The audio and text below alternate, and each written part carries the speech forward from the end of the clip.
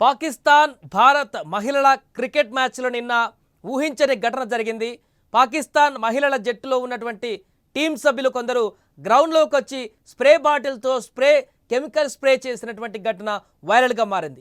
మహిళల వన్డే ప్రపంచ కప్ 2025లో భాగంగా భారత్ పాకిస్తాన్ మధ్య నిన్న జరిగినటువంటి మ్యాచ్లో ఓ ఆసక్తికర సన్నివేశం చోటు చేసుకుంది.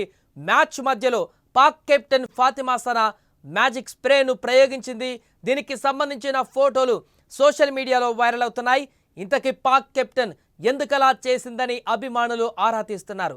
ఇంతకు ఆమె అలా ఎందుకు చేసిందో తెలుసుకుందాం. కొలంబోలోని ఆర్ ప్రేమదాస్ స్టేడియం వేదికగా జరుగుతున్నటువంటి మ్యాచ్లో పాకిస్తాన్ నిన్న టాస్ గెలిచి ఫీల్డింగ్ ఎంచుకుంది. ఈ మ్యాచ్ ప్రారంభమైనప్పటి నుంచి అక్కడ చిన్న చిన్న పురుగులు మైదానమంతా కూడా వ్యాపించి ఇరు జట్ల ఆటగాళ్లను తీవ్ర ఇబ్బందులు పెట్టాయి.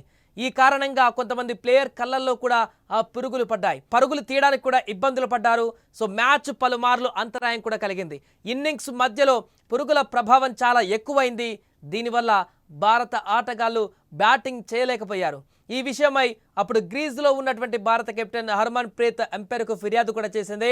పురుగుల వల్ల తాను బంతిపైన దృష్టి సారించలేకపోతున్నారని తెలిపింది. దీంతో ఇన్నింగ్స్ 28వ ఓవర్లో అంపైర్ పురుగులు తరిమేటువంటి ఒక స్ప్రేని ఉపయోగించేందుకు పర్మిషన్ ఇచ్చారు. పాక్ సబ్స్టిట్యూట్ ప్లేయర్ ఒకరు ఆ స్ప్రేను తీసుకువచ్చి వారి కెప్టెన్ ఫాతిమా సనాకి ఇవ్వగా ఆమె దాన్ని ఉపయోగించి ఆ పురుగులను తరిమి కొట్టింది. స్ప్రే ఉపయోగించిన తర్వాత కాస్త ఉపశమనం లభించడంతో భారత ఆటగాళ్లు కూడా బ్యాటింగ్కు కొనసాగించారు.